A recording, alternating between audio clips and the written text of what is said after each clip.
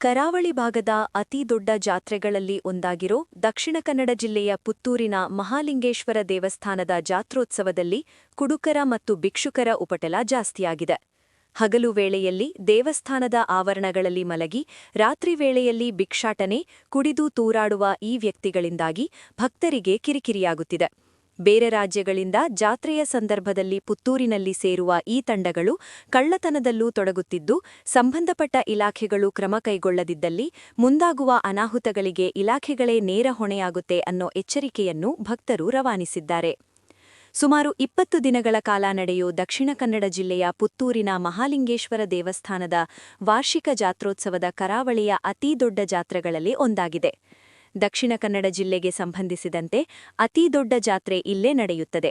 ದಿನವೊಂದಕ್ಕೆ ಲಕ್ಷಾಂತರ ರೂಪಾಯಿ ವ್ಯವಹಾರ ನಡೆಯುವ ಪುತ್ತೂರು ಜಾತ್ರೆಯಲ್ಲಿ ಯಾವೊಬ್ಬನೂ ನಷ್ಟ ಎಂದು ಹಿಂದೆ ಹೋದ ಇತಿಹಾಸವಿಲ್ಲ.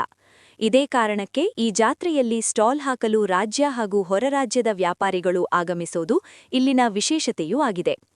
ಹಗಲು ವೇಳೆಯಲ್ಲಿ ದೇವಸ್ಥಾನದ ಆವರಣದಲ್ಲೆಲ್ಲ ಮಲಗುವ ಕುಡುಕರ ಗುಂಪು ರಾತ್ರಿ ವೇಳೆಯಲ್ಲಿ ಜನಜಂಗುಳಿ ತೂರಾಟ ಆರಂಭಿಸಿ ಭಕ್ತರಿಗೆ ಕಿರಿಕಿರಿಯುಂಟು ಮಾಡುತ್ತಿದ್ದಾರೆ.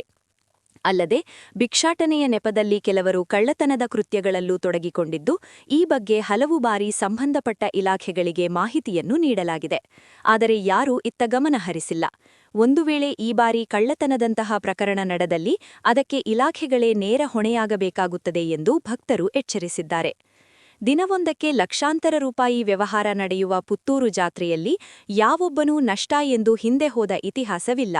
ಇದೇ ಕಾರಣಕ್ಕೆ ಈ ಜಾತ್ರೆಯಲ್ಲಿ ಸ್ಟಾಲ್ ಹಾಕಲು ರಾಜ್ಯ ಹಾಗೂ ಹೊರರಾಜ್ಯದ ವ್ಯಾಪಾರಿಗಳು ಆಗಮಿಸೋದು ಇಲ್ಲಿನ ವಿಶೇಷತೆಯೂ ಆಗಿದೆ. ವಾರ್ಷಿಕ ಜಾತ್ರೆಯ ಸಂಭ್ರಮದಲ್ಲಿ ನಾವಿದ್ದೇವೆ. ಇವತ್ತು 5ನೇ ದಿನದ ದೇವರ ಪೇಟೆ ಸವಾರಿಯ ಒಂದು ದಿನ.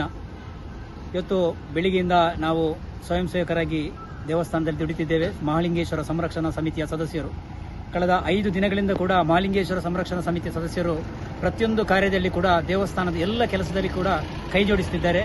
ಎಲ್ಲ ಸದಸ್ಯರಿಗೆ ಕೂಡ ನಮ್ಮ ಸಮಿತಿಯ ಪರವಾಗಿ ಪ್ರೀತಿಪೂರ್ವಕವಾದ ಧನ್ಯವಾದಗಳನ್ನು ಕೂಡ ಸಮರ್ಪಿಸುತ್ತಿದ್ದೇನೆ. ದೇವಸ್ಥಾನದ ಈ ಜಾತ್ರೆ ಸಂದರ್ಭದಲ್ಲಿ ನಮಗೆ ಒಂದು ಬೇಸರದ ಸಂಗತಿ ಏನೆಂದರೆ ಭಿಕ್ಷುಕರ ಕಾಟ. ನಾವು ಸಮಿತಿ ಅಸ್ತಿತ್ವಕ್ಕೆ ಬರುವ ಮೊದಲು ಕಳೆದ 1 ವರ್ಷಗಳಿಂದ ಹಿಂದೆ ಕೂಡ ನಾವು ದೇವಾಲಯದ ಎದುರುಗಡೆ ಭಿಕ್ಷುಕರು ಬೇಡುವಂತ ಒಂದು ಪರಿಸ್ಥಿತಿಯನ್ನು ನಾವು ವಿರೋಧಿಸ್ತಾ ಬರುತ್ತಿದ್ದು, ಈ ಬಗ್ಗೆ ಸಂಬಂಧಪಟ್ಟ ಇಲಾಖಾಧಿಕಾರಿಗಳಿಗೆ, ಸಮಾಜ ಕಲ್ಯಾಣ ಇಲಾಖಾಧಿಕಾರಿಗಳಿಗೆ ಕರೆ ಮಾಡಿ ಈ ಮೊದಲು ಒಂದು ಸಾರಿ 10 ಜನರನ್ನು ಕೂಡ ಕೊಂಡೋದಂತ ಪರಿಸ್ಥಿತಿ ಕೂಡ ಇದೆ. ಆದರೆ ಜಾತ್ರೆ ಸಂದರ್ಭದಲ್ಲಿ ಭಿಕ್ಷುಕರ ಕಾಟ ಜಾಸ್ತಿ ಆಗ್ತದೆ ಅಂತೇಳಿ ನಾವು ಈ ಮೊದಲು ದೇವಸ್ಥಾನದ ಆಡಳಿತ ಸಮಿತಿಗೆ ಮತ್ತು ಅಧಿಕಾರಿ ವರ್ಗಗಳಿಗೆ ಹಾಗೂ ಶಾಸಕರಿಗೆ ಕೂಡ ನಾವು ಪತ್ರಿಕಾ ಮುಖೇನ ಹಾಗೂ ಟಿವಿ ಮಾಧ್ಯಮದ ಮೂಲಕ ನಾವು ವಿಚಾರವನ್ನು ಮನವರಿಕೆ ಮಾಡಿರ್ತೇವೆ. ಈವರೆಗೆ ಕೂಡ ಅಂದರೆ ಇವತ್ತು ನಿನ್ನೆ ಕೂಡ ನೋಡುವಾಗ ಕೂಡ ಭಿಕ್ಷುಕರು ನಮ್ಮ ದೇವಸ್ಥಾನದ ಅಲ್ಲಲ್ಲಿ ಬೇಡುವಂತ ಒಂದು ಪರಿಸ್ಥಿತಿ ಇದೆ. ಯಾಕಂದ್ರೆ ಈ ಭಿಕ್ಷುಕರು ಎಲ್ಲಿಂದ ಬರುತ್ತಾರೆ ಅಂತ ಹೇಳೋದು ನಮಗೆ ಒಂದು ಸಂದೇಹ.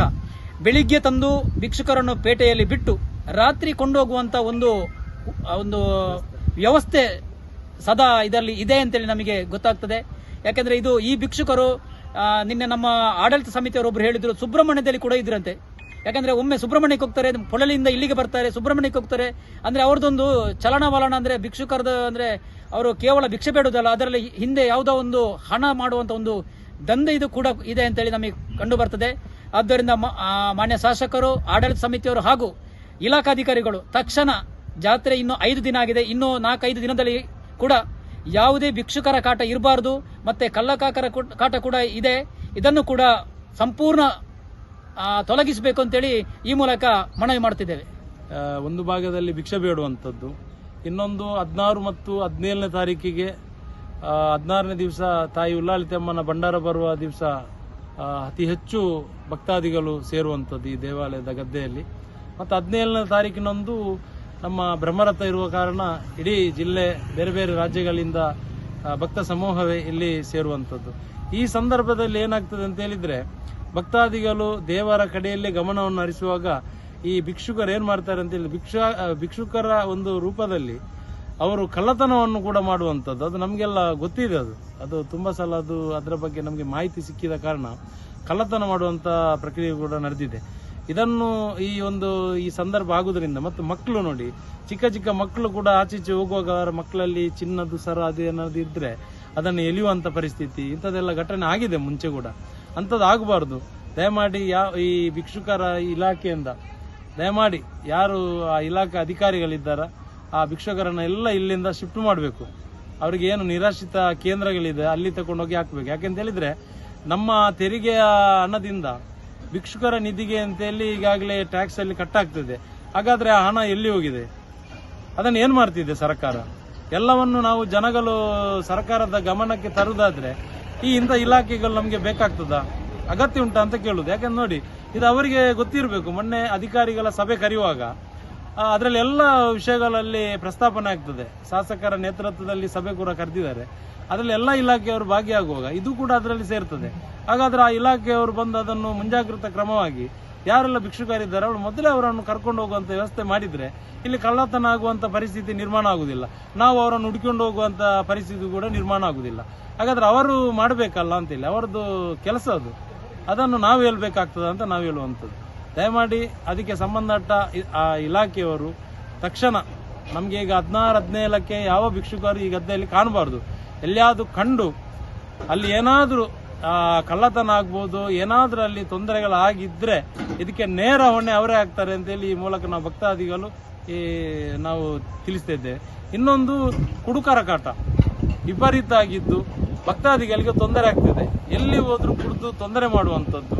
ಆ ಕುಡುಕರನ್ನು ಕೂಡ ನಾವು ಈಗಾಗಲೇ ಅಧ್ಯಕ್ಷರ ಗಮನಕ್ಕೆ ತಂದು ಖಾಸಗಿ ಭದ್ರತೆಯವರನ್ನು ಇಲ್ಲಿ ನೇಮಿಸಬೇಕು ಅಂತ ನಾವು ಹೇಳಿದ್ದೇವೆ ಹೆಚ್ಚುವರಿಯಾಗಿ. ಯಾಕೆಂತ ಹೇಳಿದ್ರೆ ಅಂಥದ್ದೆಲ್ಲ ಘಟನೆ ನಡೆದರೆ ಅವರನ್ನು ತಕ್ಷಣ ಈ ಗದ್ದೆಯನ್ನು ತಗೊಂಡೋಗಿ ಅವರನ್ನು ಹೊರಗಡೆ ಹಾಕುವಂತ ವ್ಯವಸ್ಥೆಯನ್ನು ಕೂಡ ಮಾಡಬೇಕು ಅಂತೇಳಿ ನಮ್ಮ ಮಹಾಲಿಂಗೇಶ್ವರ ದೇವಸ್ಥಾನ ಸಂರಕ್ಷಣಾ ಸಮಿತಿಯಿಂದ ನಾವು ಭಕ್ತಾದಿಗಳೆಲ್ಲರೂ ನಾವು ಆಗ್ರಹಿಸಿದ್ದೇವೆ.